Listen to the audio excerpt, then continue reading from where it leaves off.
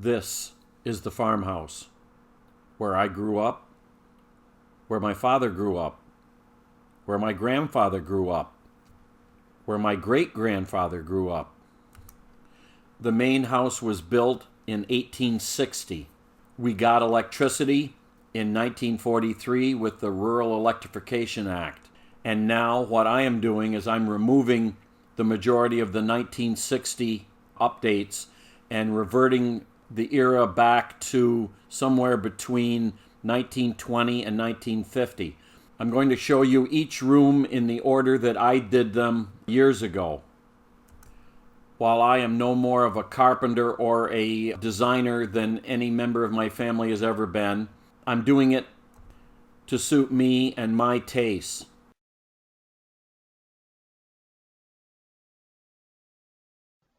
Well, as you saw in the last video, the washing machine was on the far wall, and we disconnected it and moved it over into the corner just to get it out of the way so that we could work on the slop sink and the cabinets. However, as we worked on the slop sink and the cabinets, we came to realize that having the washing machine on the opposite wall made it far easier to walk to the cellar door and go down cellar. We didn't have to walk around the washer. So that is how we decided to put the washer on the near wall, backing the annex. As you saw in an earlier video, when we pulled up the floor, we saw the wide boards painted with ochre. But what you didn't see was the near wall, that there was holes in the floor. And we assumed that came from this room being the original kitchen in 1860, and that was the drain holes. So to start the washer install, we took heavy plastic and laid it down over the floor. And then using one of the existing holes that was in the floor, we installed a drain assembly, because this is how we were going to drain the new position for the washer. And to do this, we had to build a platform to raise up the washer so that the drain line could go beyond the stone wall, because it's a stone wall foundation, it's 2 feet thick, and then drop down into the cellar. And here is the frame completed with the plywood ready to be installed. And here is the plywood test fitted on the frame. And then I constructed a simple frame that rests against the wall that will hold the drain air valve and the water valves. And here you can see the hot and cold valves installed, as well as the drain and the air admittance valve between the two hot and cold valves.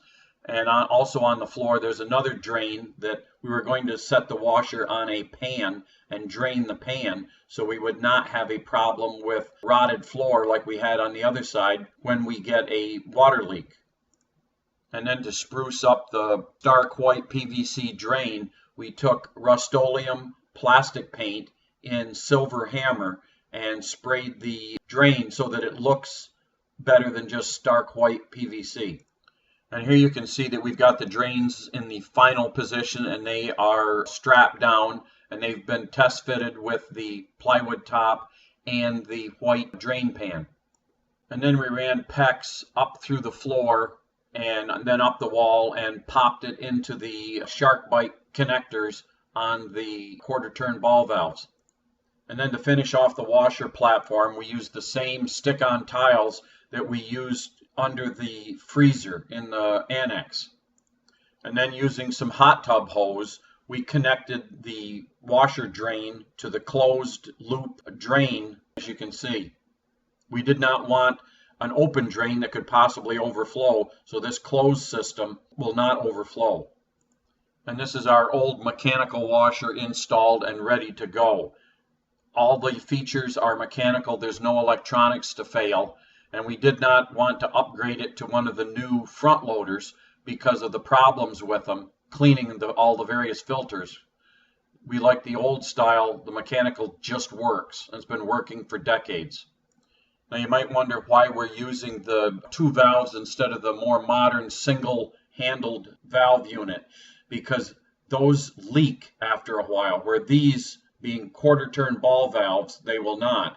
The PEX comes up the wall into a shark bite, makes a 90-degree turn, goes through the quarter-turn ball valve, makes another 90-degree turn with an adapter for a hose fitting, and the hoses then go from that fitting right to the washer.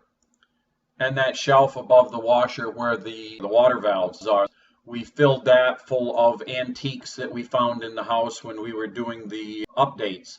And we filled that shelf, and we got another shelf and put it above it and started to fill that one. And for a clothes hamper, we're using an original Atlantic stamping copper clothes boiler where you would boil your clothes back in the day. We found that overhead of our shed, and you'll see that in a later video. And we just took it and polished it up, and then I sprayed it with satin clear so that it would not corrode again. And that is how we installed the washer.